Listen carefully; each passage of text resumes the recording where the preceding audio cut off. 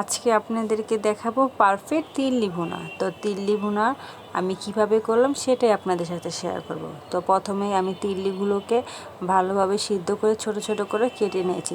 তো আমি যে মশলাগুলো দিয়েছি আদা বাটা, হলুদ গুঁড়া, মরিচ গুঁড়া, জিরা গুঁড়া, ধনিয়া গুঁড়া, গোলমরিচ গুঁড়া আর গরম মশলা গুঁড়ো।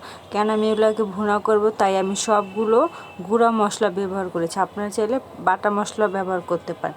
তো আমার হাতের কাছে যা ছিল তাই দিয়ে দিলাম।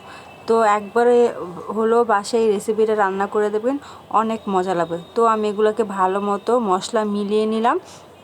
তারপর এগুলো আমি আধা ঘন্টা ম্যারিনেট করে রেখেছিলাম। তারপর এগুলো আমাকে ভালো মতো ফ্রাই করে নিয়েছি।